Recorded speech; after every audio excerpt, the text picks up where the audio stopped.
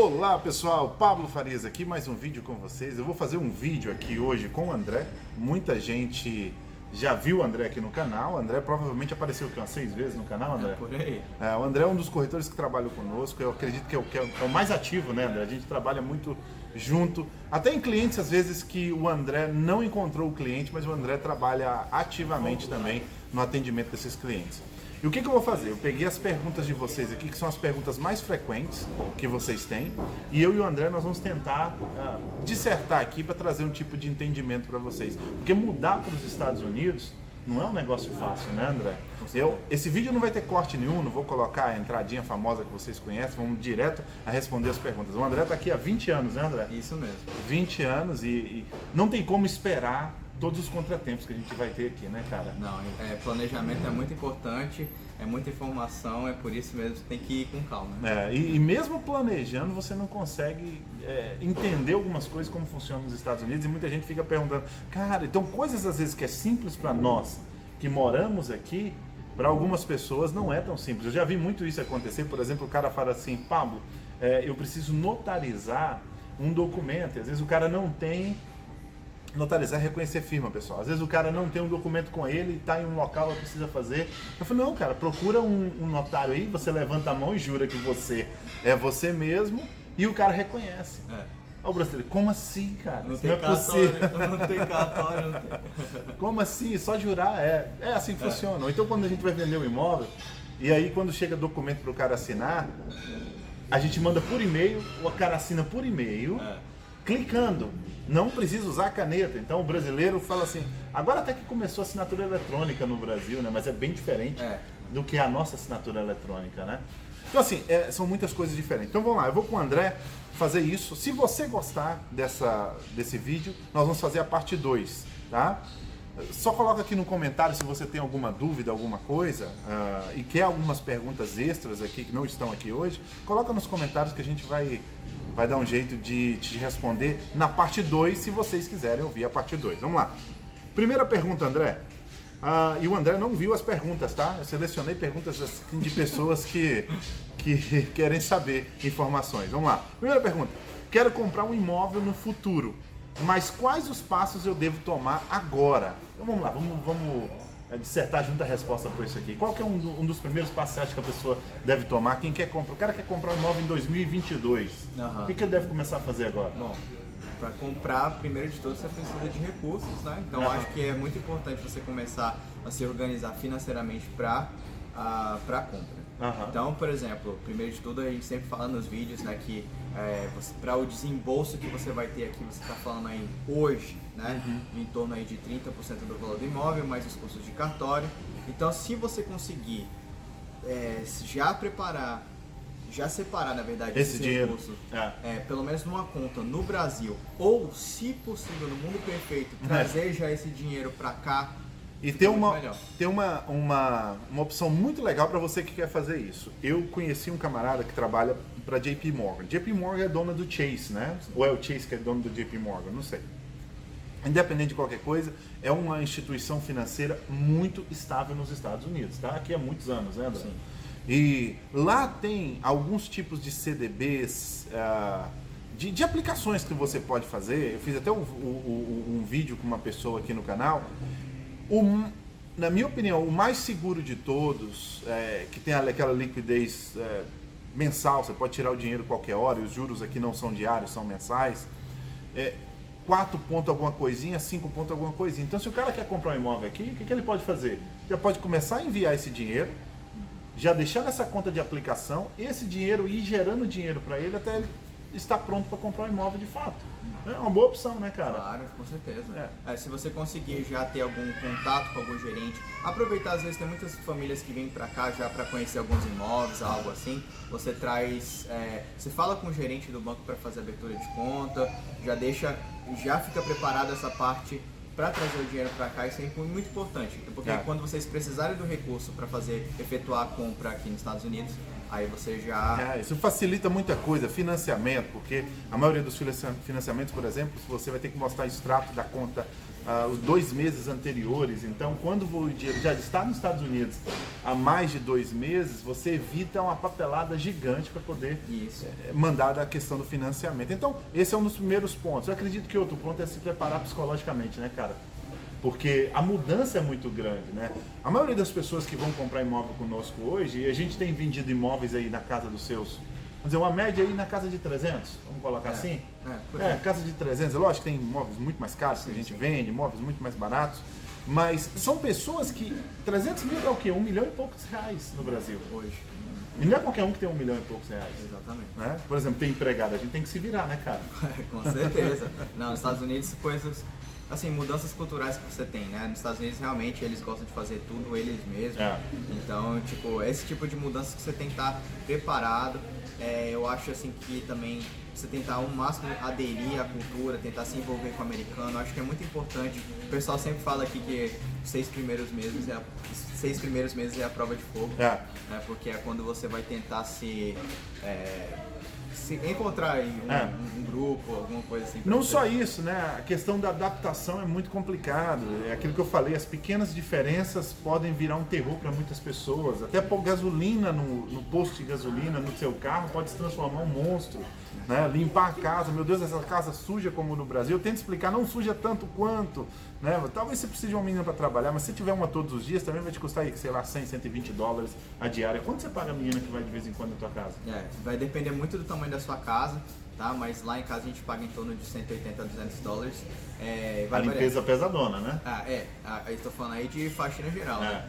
Porque eu pago um pouco menos, mas eu não faço a pesadona que ele faz, não. E eu levo essa pessoa lá em casa 2, 3 vezes no mês, aí é o que eu faço. O resto é a gente mesmo que faz. Mas vamos lá. Então, eu acho que tomar esses passos seriam muito importantes. Reservar os recursos, se preparar psicologicamente. Um terceiro ponto que eu acho que é importantíssimo é comprar um imóvel não resolve a tua vida junto à imigração. Não. Então, você precisa se planejar com um advogado de imigração, ver qual que é o melhor tipo de visto que você vai para os Estados Unidos. Exatamente. Né? E assim, o que os Estados Unidos quer hoje? Os Estados Unidos quer o que você tenha hoje condições financeiras e você venha somar alguma coisa para o país. Não é mais antigamente, as pessoas iam muito com pouco dinheiro. Hoje as pessoas vêm para os Estados Unidos com uma visão diferente. O país quer pessoas que tenham uma condição financeira e uma condição como profissional muito legal. Então, por isso que os vistos tipo EB2, EB1, EB3 são vistos tão chamativos hoje, né, cara? O que você conseguir adicionar no seu currículo, fazer curso técnico, né? Que você conseguir agregar. Estudar inglês. Com certeza estudar inglês, claro, né? Mas começar um curso profissionalizante aí no Brasil, tentar adicionar no seu currículo, que isso aí vai abrir portas para você lá no futuro. Então, se programar. Então, esses são os primeiros passos que você deve tomar. Localização, depois a gente fala sobre isso. Então, vamos lá. Brasileiro pode financiar sem ter social? Pode.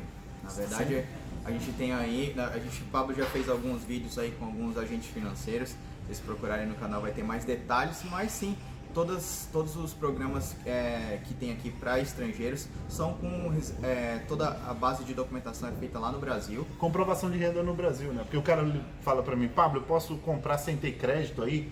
Não, essa é a condição. Se você tivesse crédito aqui, a sua vida ficaria até um pouco mais difícil, né, cara? Para nós que temos hoje a residência permanente, cidadão americano, o que vai acontecer? Pra gente é um pouco até mais complicado do que é pro estrangeiro. Porque o estrangeiro tira todo o risco do banco.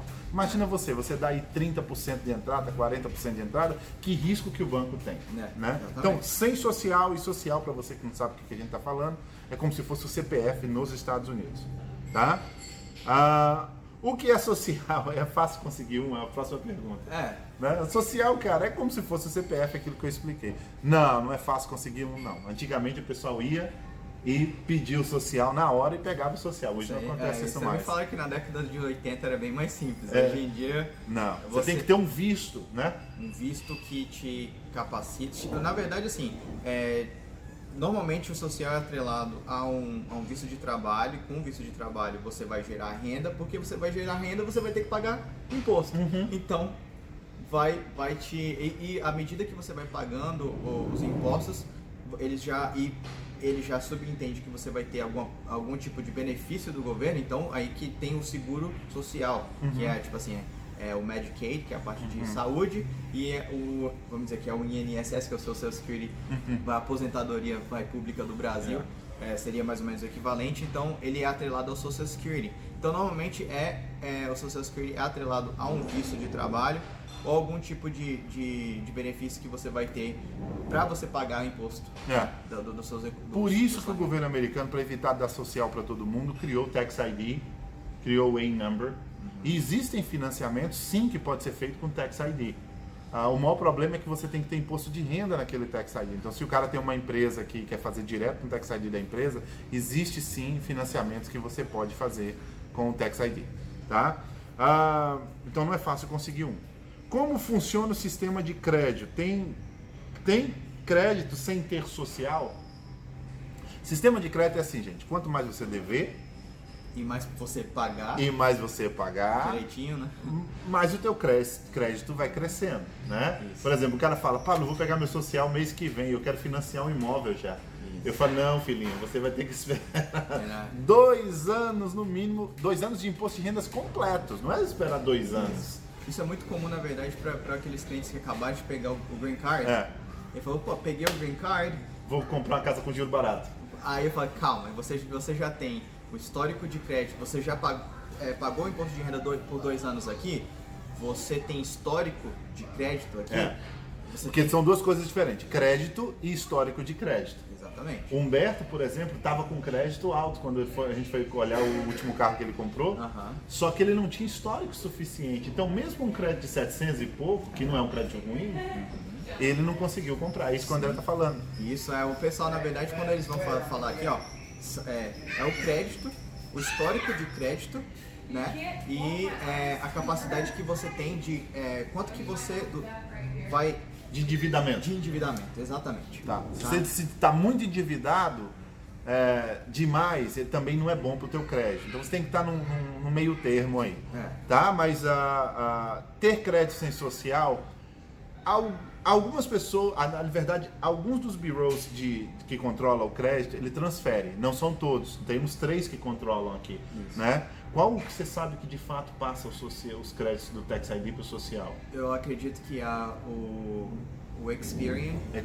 A Experian é muito comum, tá? Você ter os clientes que acabaram vieram com o Tax ID, depois migraram para o social, ganharam a residência. E eles falam que automaticamente depois que você muda para o social, você já vem o histórico automático. Mas tem que informar, né, cara? Quanto mais você conseguir mandar e comunicar com eles, você faz essa transferência. Mas em realidade, de fato, crédito é com social.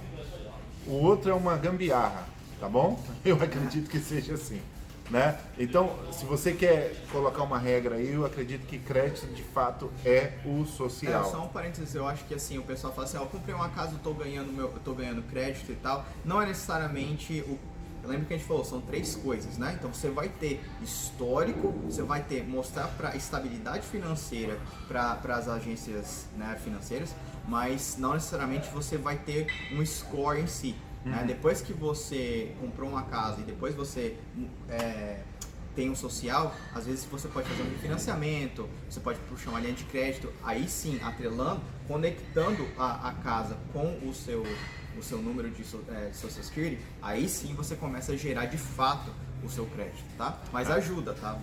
Ajuda você ter um imóvel assim. Vamos lá.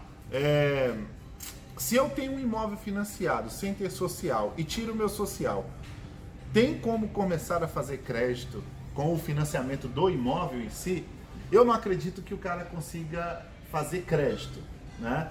Se o cara comprou uma casa sem social e daqui a pouco ele pegou o social dele, quando ele pegar o social dele, ele começa a fazer crédito? Não necessariamente. Você teria que conversar com o banco, ver se o banco aceitaria o teu social incorporado, porque de fato, em realidade, o cara teria que fazer o que, André? Refinanciar, não é isso? Exatamente. Para o banco saber que tem um número, né, de crédito ali associado com você e o imóvel, tem que ter, às vezes, tem bancos, tá? Isso aí a gente é muito genérico, então tem bancos que vai permitir, a maioria não vai permitir, a maioria querer que você faça um refinanciamento para eles analisarem o risco de novo. Uma coisa boa, né? Que o cara vai ter histórico. Exatamente. Né? Um histórico financeiro pagando com o social atrelado a isso aí. Exatamente. Aí já vai mostrar que você já pagou tanto na casa, que você está tudo certinho na casa. O importante é você não atrasar nos seus pagamentos. Alguns dos meus clientes me pediram, Pablo, conversa para mim no banco para ver se aceitam colocar o meu social. E aceitaram colocar o social dele no financiamento.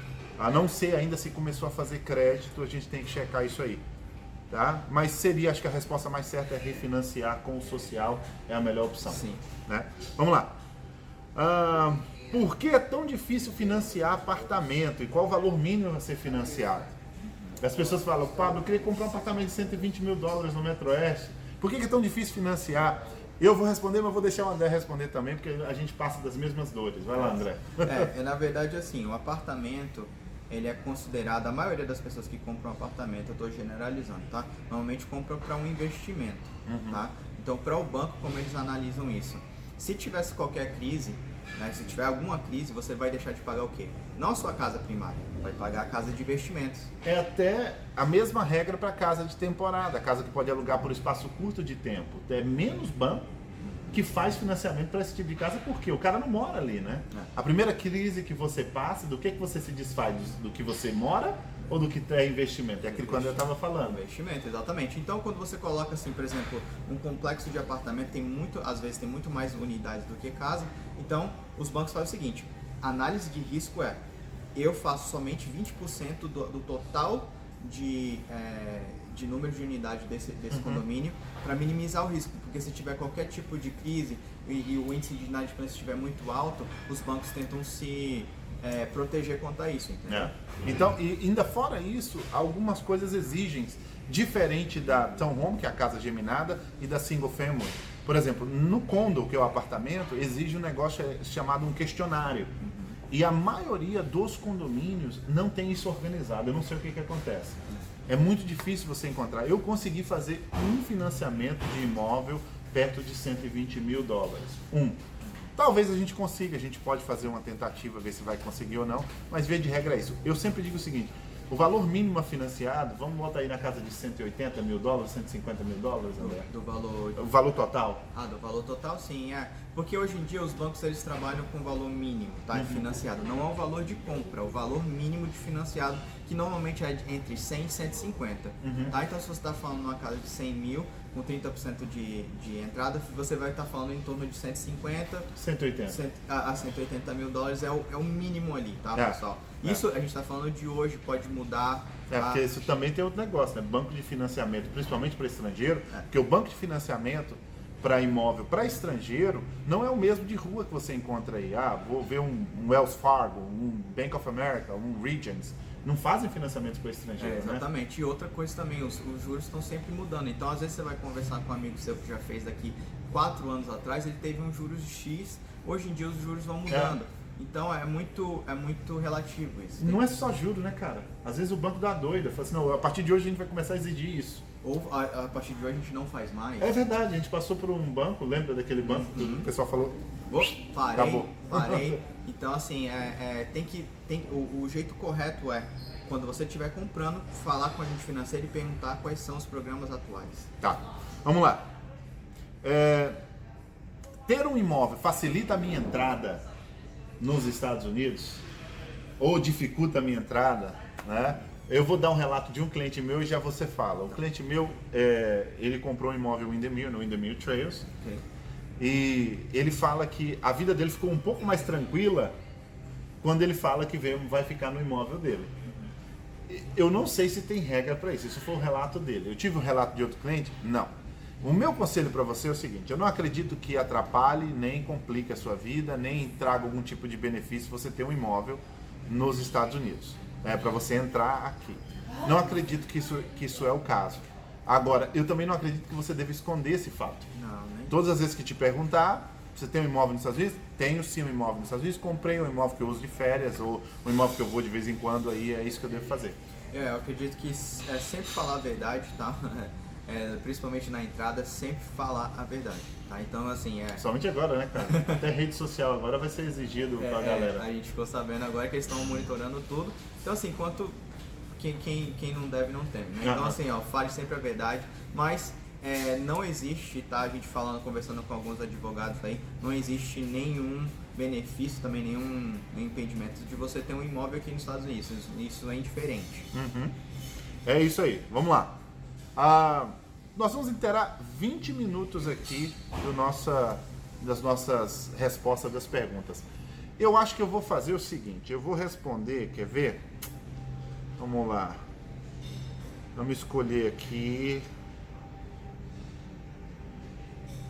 Tem alguns assuntos aqui que é bem legal, mas eu acho que eu vou deixar para uma segunda parte. O que você acha? Pode ser, vamos colocar o suspense. Senão fica chato para vocês aí, né? Mas, continuando nessa linha de não falar aquilo que não é, ou não falar inverdades, eu sempre dou conselho para todo mundo. Eu estou indo olhar compra de negócios, por exemplo, né? Agora mesmo que eu estou começando assim, já está há um tempo, mas eu estou começando com a área de construção de imóveis aqui, e às vezes vem pessoas prospectar essas construções, e eles me perguntam o que eu devo fazer. Eu falo, olha, se você vem para esse fim específico, você tem um visto B1 e um visto B2. Isso. Dá um jeito de não entrar como turista, entrar como negócio. O negócio não lhe permite trabalhar nos Estados Unidos, mas você está dando um fim para aquilo que você vem fazer aqui, né? Porque ninguém entra com B1, B2, ou entra com B1, ou entra com B2. Exato, o B1 é para B. E assim, com o relato dos nossos clientes, o B1 ele tem uma duração mais curta, mas assim, a gente está falando de 3 meses, né? Então você tem como ter tempo suficiente, né, para fazer aí o seu estudo, né? Então, gente, olha só, nós vamos fazer a parte 2, continuar as nossas perguntas. Se você gostou, legal. Se você não gostou, a gente para por aqui. Eu ainda tem mais umas 16 perguntas e posso acrescentar mais. Tá joia? Deus abençoe, curta o vídeo, se inscreva no canal. Valeu, André. E no próximo, André tá aqui comigo. Eu agradeço aí mais uma vez a oportunidade e pode contar com a gente. Abraço, fica com Deus. Tchau, tchau.